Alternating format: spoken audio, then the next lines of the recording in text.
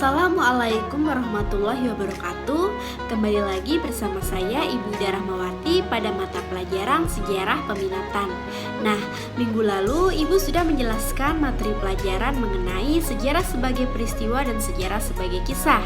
Nah, untuk pertemuan hari ini Ibu akan membahas materi pelajaran tentang berpikir sejarah, diakronik, dan sinkronik.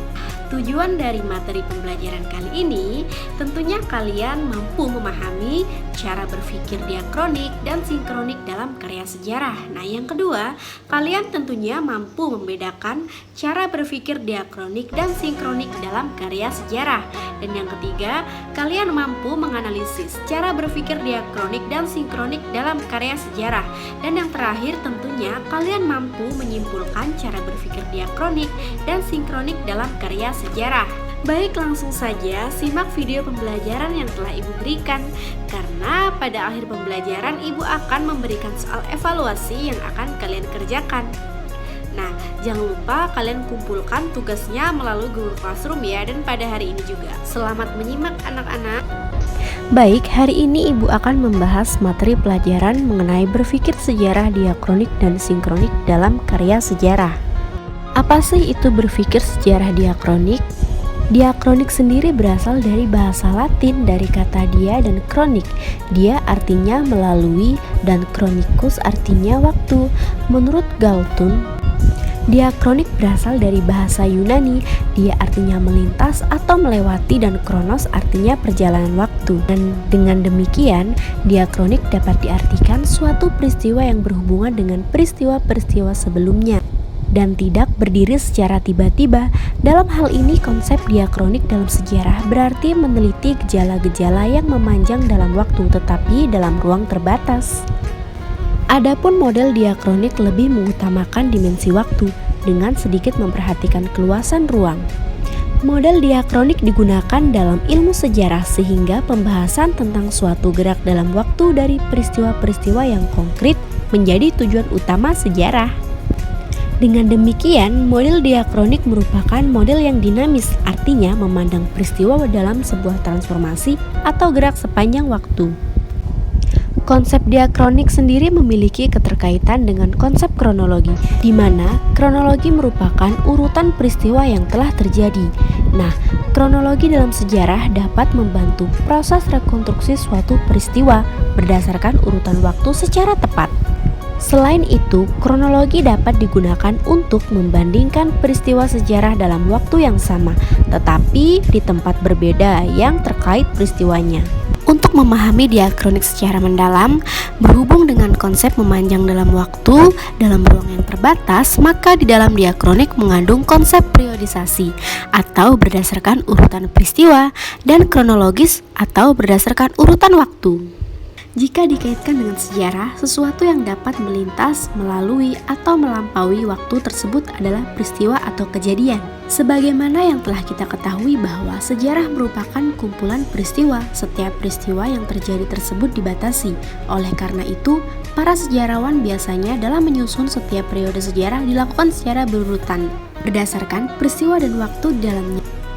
Contohnya seperti yang pertama ada Perang Diponegoro berlangsung antara tahun 1825 sampai dengan 1945. Yang kedua ada penjajahan Jepang di Indonesia antara tahun 1942 sampai dengan 1945. Dan yang ketiga ada masa penjajahan Raja Hayawuruk berlangsung antara tahun 1350 sampai dengan 1389. Periode-periode tersebut sengaja diberi penandaan waktu untuk menunjukkan sifatnya yang diakronik, yaitu lebih mengutamakan dimensi waktu. Berpikir sejarah diakronik sendiri memiliki ciri-ciri. Nah, yang pertama ada mengkaji peristiwa sesuai berlalu masanya, dan yang kedua ada menitik beratkan pengkajian peristiwa pada unsur sejarahnya, dan yang ketiga ada bersifat historis atau komparatif, dan yang keempat bersifat vertikal, dan yang kelima ada terdapat konsep perbandingan berdasarkan perkembangan zaman, yang keenam memiliki cakupan yang lebih luas.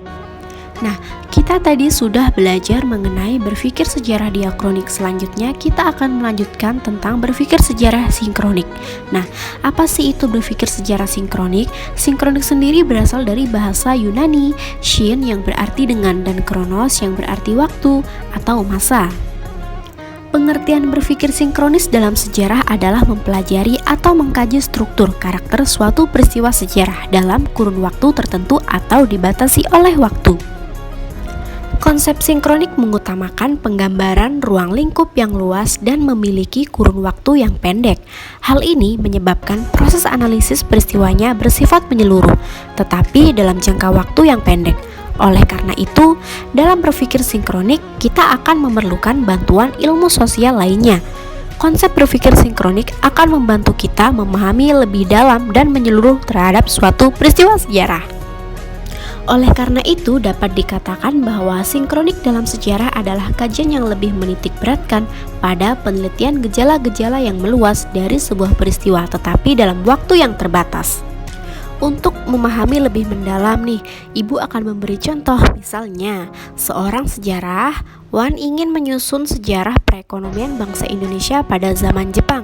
Nah, hal ini yang akan dia lakukan adalah meneliti gejala atau fenomena perkembangan kehidupan ekonomi bangsa Indonesia yang terjadi pada masa penduduk Jepang itu saja. Tidak ada tulisan yang membandingkan dengan kondisi ekonomi masa penduduk Jepang di tempat lain. Nah, jika menerapkan konsep sinkronik, sejarawan tersebut hanya akan mengamati semua yang terkait dengan masalah perekonomian tersebut secara mendalam dan terstruktur. Berbeda dengan konsep berpikir sejarah diakronik, mereka lebih menitik beratkan dalam kurun waktu yang panjang namun dalam ruang terbatas.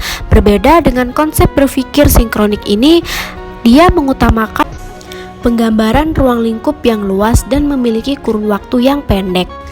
Nah, berpikir sejarah sinkronik memiliki ciri-ciri sebagai berikut. Yang pertama ada mengkaji peristiwa sejarah yang terjadi pada masa tertentu.